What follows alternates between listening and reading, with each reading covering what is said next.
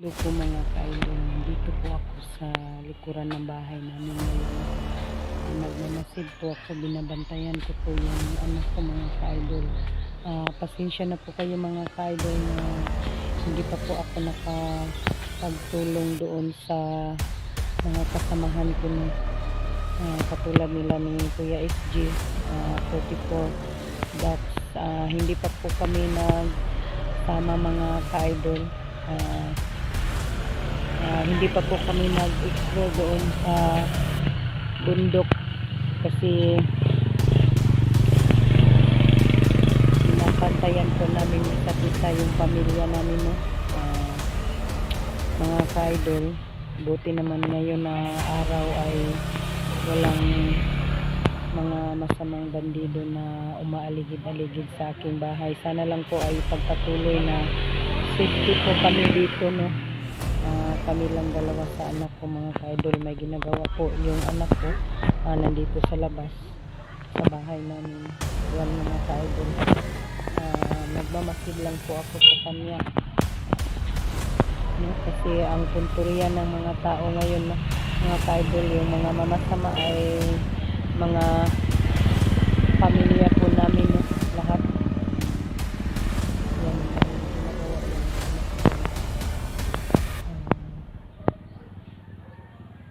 tapos dito ang pasensya na po kayo mga ka-idol. Maghingi talaga ako ng pasensya na nagsabi sa akin na hindi ko daw i-video yung location ng bahay namin. Hindi pwede mga ka-idol. Gagawin ko talaga na mag-video kasi kung ano ang mangyari dito, kasi wala po akong kasama, no? Kami lang dalawa sa anak ko. May nagsabi po sa akin na ilipat ko daw yung pamilya ko. Wala naman po akong malipatan mga ka-idol, kaya tiniis ko lang na dito muna kami, pero hindi ako umalis dito sa bahay namin, no? Kasi hindi pa umuwi yung isang anak ko. Nandoon pa sa tinatarbahoan niya mga ka-idol. Nagmamasid-masid lang ako dito sa paligid namin. Hindi naman po ako medyo takot kasi ano pa mga idol,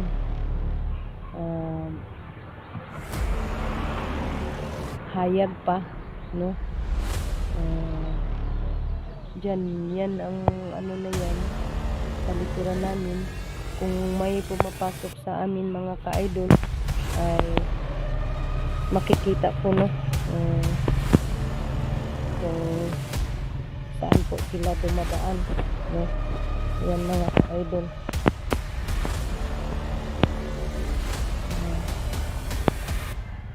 Medyo delikado pa rin sa area ko kasi may ano dito,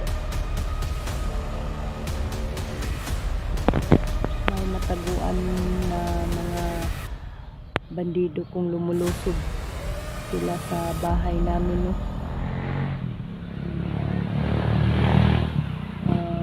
Baka nagtaka po kayo mga ka-idol na daming mga sasakyan na dumadaan.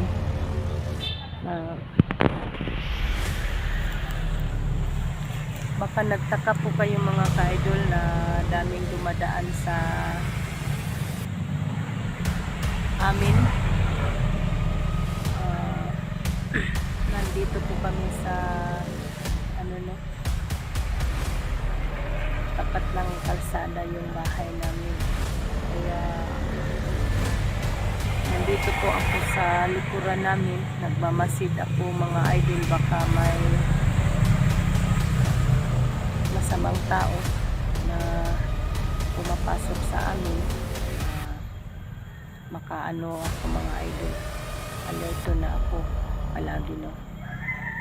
Shoutout pala sa mga silent viewers ko, sa mga solid supporters ko, lahat na pong nag-support sa akin. Maraming salamat sa inyo. Shoutout kay Christina, shoutout kay Ate Yule, shoutout kay Luz Lapares, shoutout kay Willie, shoutout lahat. no, sa mga OFW, nandyan sa Hong Kong, nandyan sa Toronto, Canada, sa Japan, sa Dubai, sa Davao City. Shoutout sa inyo lahat dyan. Sa hindi ko na shoutout, pasensya na po kayo mga idol, no. Hindi pa po ako nakapag-explore doon sa bundok kasi maghanap ako ng safety ng tirahan ng anak ko, no.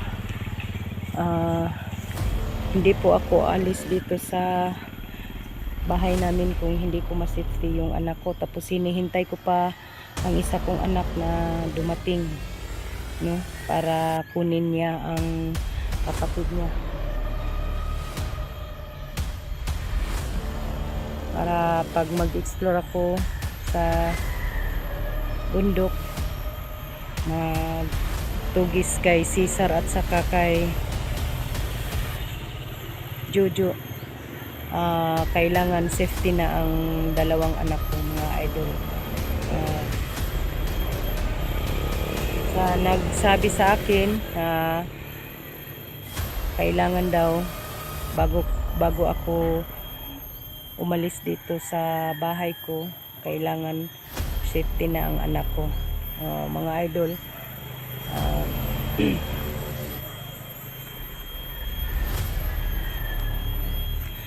Kaya nga hindi ko iniwanan ng isang anak ko para walang masamang mangyari sa kanya, no.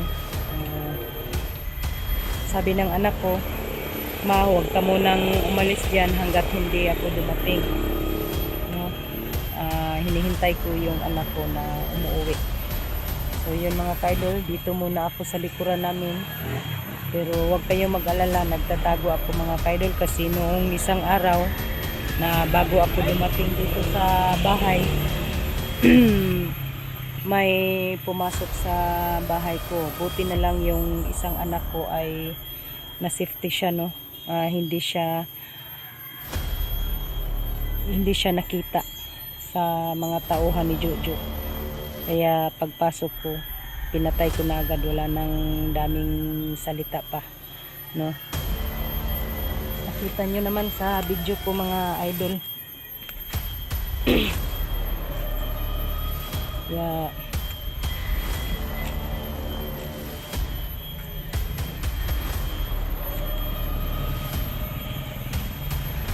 ikaw Jojo, manda ka.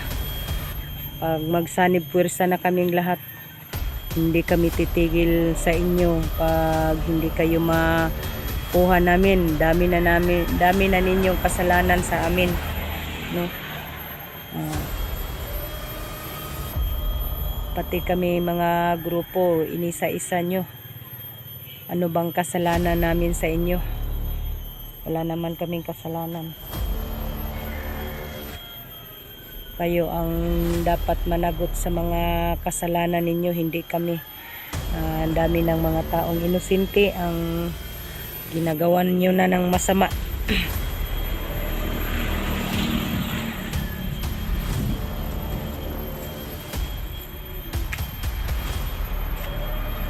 Nag-ikot-ikot lang ako dito sa bahay namin mga ka-idol, no? Baka may tumangkang magpasok dito sa amin na masama.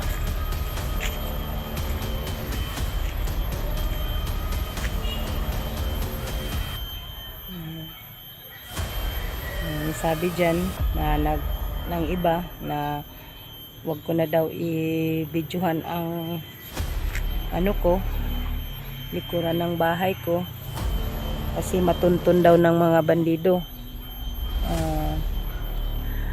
I-video man o hindi mga idol, sa totoo lang, paliwanag ko sa inyo, i-video man namin yung area namin o hindi, wais na talaga sila kasi maghahanap sila ng butas na matuntunan kami lahat, no, na mga vlogger, mga hunter, no. Sila talaga gumawa sila ng paraan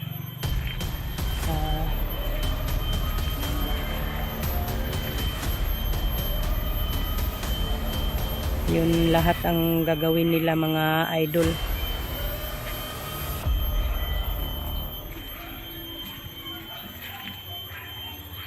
So, hindi pa rin ako magkumpiyansa kasi may na ano rin ako dito sa amin, no.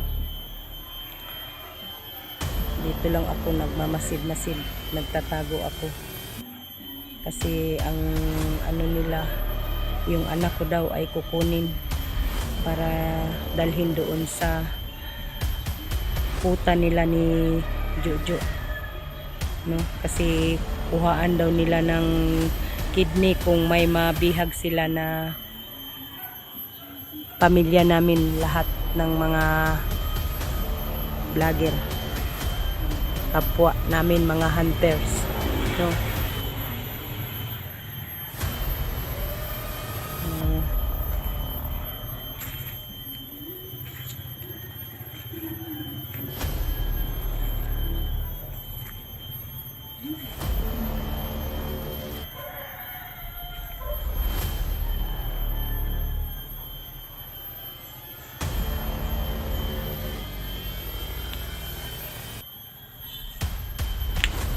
Mahirap talaga mga idol ang ano namin, ang trabaho, no, kasi ang mga masamang mga tao katulad nila ni Cesar at saka ni Jojo, gumawa sila talaga ng paraan, no, kung papaano kami lulusudin, no.